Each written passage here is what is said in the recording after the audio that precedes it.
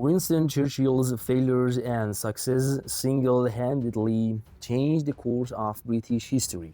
Today, we're gonna look at this amazing journey not just from a historical angle, but from a psychological one. If you wanna roll with us and learn the lesson from this extraordinary man, hit subscribe and stick around till the end. Winston Churchill, unlike Abraham Lincoln, who, like you saw in the earlier video, was born in a humble little cabin, Churchill was born in a huge mansion that British government had given to his family in thanks for his grandfather's services and his victory over Germany. Churchill's dad was a politician and his mom was a wealthy American. Basically, he grew up rich, but his parents didn't pay much attention to him, and his nanny, Mr. Everest, played the motherly role. Winston loved her a lot. Winston didn't get top marks in school, he wasn't into studying, but he liked history and literature like me. Because of that, his dad told him, if school's not your thing, you should go to the Sandhurst Military Academy. But Churchill failed there too, though he was interested in the military and war, so he didn't give up and got in on his third try. One point I should make right now. Winston was never taught the idea of failure or despair. After graduating, around age 20, Churchill was sent to India, Cuba, and Sudan. In India, he learned a lot in his own, and then the Sudanese tried to break free from British rules. The Brits said, "No way, we are letting that happen." Churchill was part of that force and fought them British guns against Sudanese, so you can guess who can win this match. One more thing, Churchill had a speech problem, a lisp. So he spoke with a bit of a lisp, but Sir Winston told him he needed practice and persistence.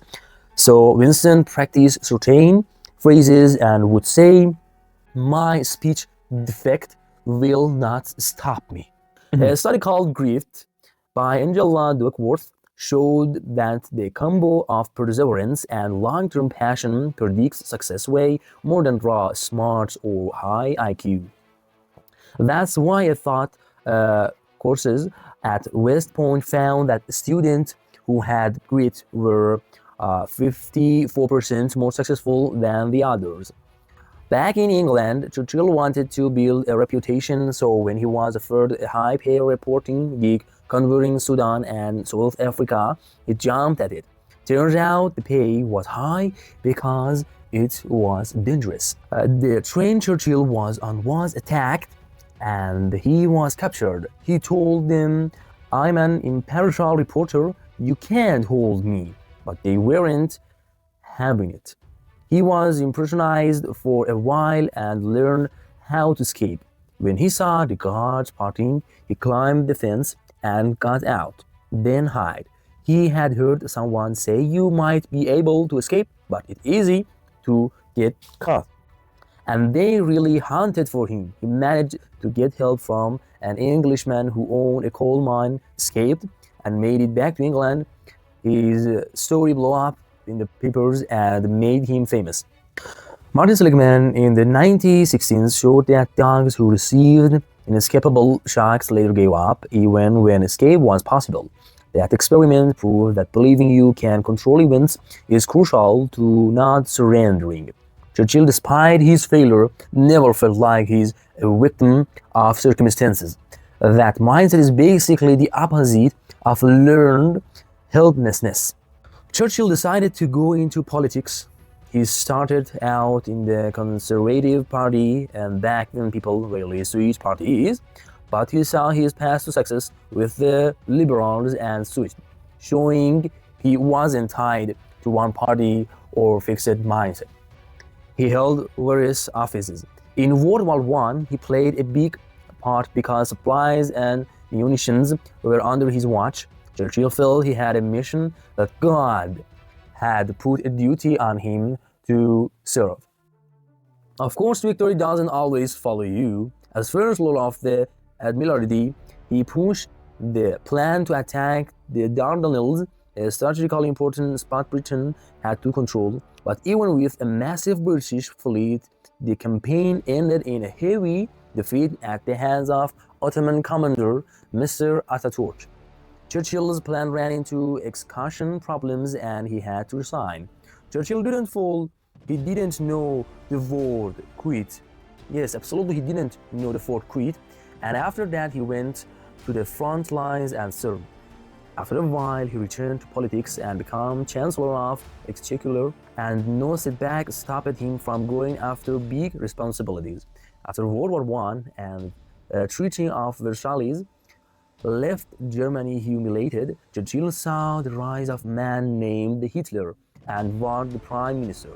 But when Germany moved to the Czechoslovakia, no one stopped them. Churchill understood Germany was gearing up for a new war.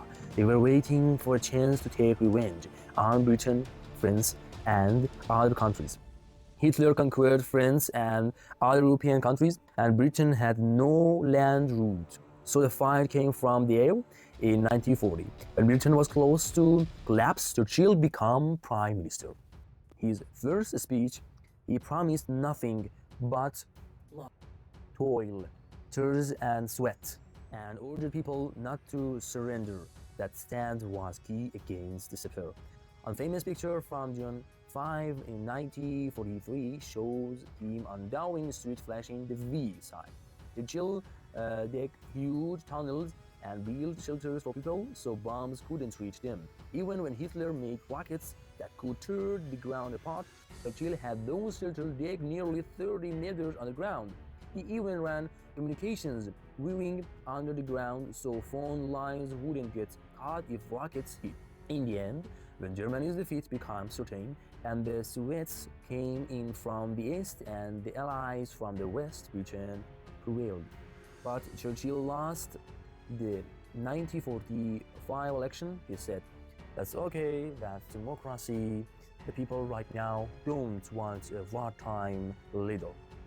During the years he wasn't prime minister, he traveled to clubs, universities, and academies giving a speech about the war. He became a master orator and was invited anywhere. In 1953, he won the Nobel Prize in Literature and thanked the public for the honor. Churchill became prime minister again and he never gave up. From the first and last time in 1965, Churchill finally surrendered.